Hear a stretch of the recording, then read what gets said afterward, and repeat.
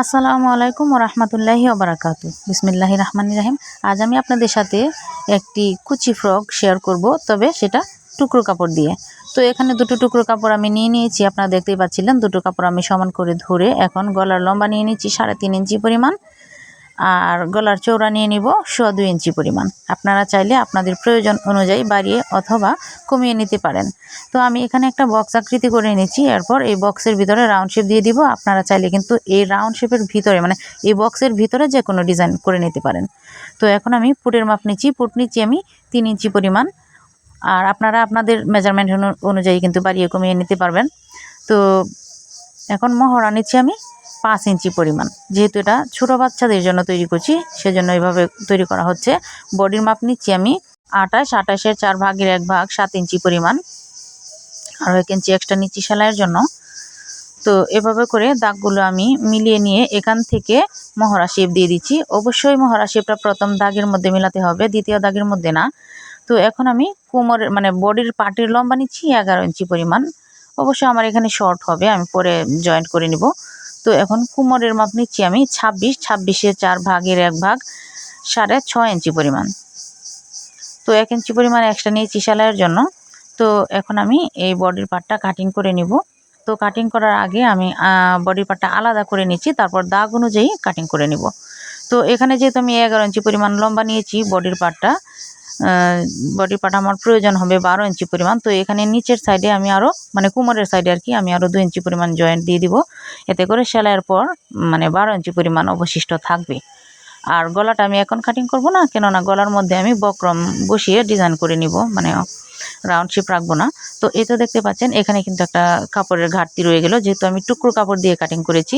তো এখানে আমি এই যে ঘাটতি যে কাপড়টা, এইখানে আমি পাইপিং বসাবো, বসিয়ে তারপর নিচে কাপড় বসিয়ে সেলাই করে নেব। তো সেটা সেলাইয়ের সময় দেখতে পারবেন আমি কিভাবে এই জয়েন্টটা সঠিক করে নিব, যেহেতু এখানে এলোমেলো আছে, কাটিংগুলো টুকরো আছে আর কি।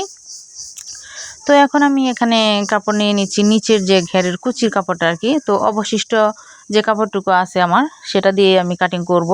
তো বডির পার্ট যেহেতু আমি 12 ইঞ্চি পরিমাণ নিয়েছি, 12 ইঞ্চি পরিমাণ এক্সট্রা রেখে এখানে আমি ফ্রকটির লম্বা নিয়ে নিচ্ছি 36.5 ইঞ্চি পরিমাণ।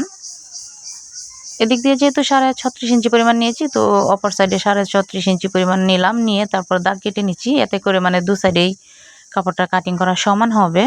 তো প্রথমে আমি এই কাপড়টা কেটে নিয়ে তারপর এই কাপড়টাকে আবার অপর কাপড়ের উপর বসিয়ে তারপর কাটিং করে নেব। এতে করে আর কি আমার দ্বিতীয়বার আর মাপ নিতে হবে না, এভাবে বসিয়ে কাটিং করে নিচ্ছি। তো এই যে এখন 2 ইঞ্চি পরিমাণের মতো যে কাপড়ের টুকরোটা রয়েছে, সেটা দিয়ে আমি হাতার মধ্যে পাইপিং বসাবো। আর কি করব সেটা সেলাই সময় দেখতে পারবেন। এখানে 26 ইঞ্চি পরিমাণ লম্বা কাপড়টুকু রয়েছে, এখান থেকে এভাবে ভাঁজ দিয়ে আমি কোমরের বেল্ট তৈরি করে নিচ্ছি। যেহেতু এটা টুকরো কাপড় দিয়ে তৈরি করছি, সেজন্য অনেক ভেবে চিন্তে কোথা থেকে কোন কাপড়টুকু নেওয়া যাবে সেভাবে নিয়ে নিচ্ছি আর কি। আপনারা যদি চান তাহলে বাড়িয়ে কমিয়ে নিতে পারবেন। আর অবশিষ্ট যে কাপড়টুকু রয়েছে সেটা দিয়ে আমি হাতা কেটে নিচ্ছি। হাতা লম্বা নিচ্ছি আমি 6 ইঞ্চি পরিমাণ, আর চৌড়াটা এখানে জয়েন্ট হবে মহড়ার সাইড দিয়ে।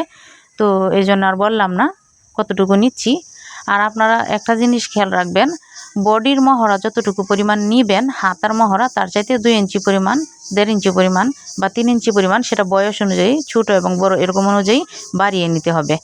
সেজন্য আমি আর এখানে বলে দিলাম না, কারণ এখানে আমার হাতার মধ্যে মহড়ার যে সাইডটা সেখানে জয়েন্ট হবে। তো যাই হোক, দেখা হবে আপনাদের সাথে পরবর্তী নতুন কোনো ভিডিও নিয়ে। আজকে এ পর্যন্তই। এটা আমি নর্মাল হাতা যেভাবে কাটিং করে ঠিক সেভাবে করে কাটিং করে নিচ্ছি।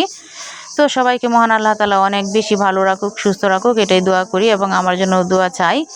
সে পর্যন্ত মহান আল্লাহ তাআলা সবাইকে অনেক ভালো রাখুন। আসসালামু আলাইকুম ওয়া রাহমাতুল্লাহি ওয়া বারাকাতুহু।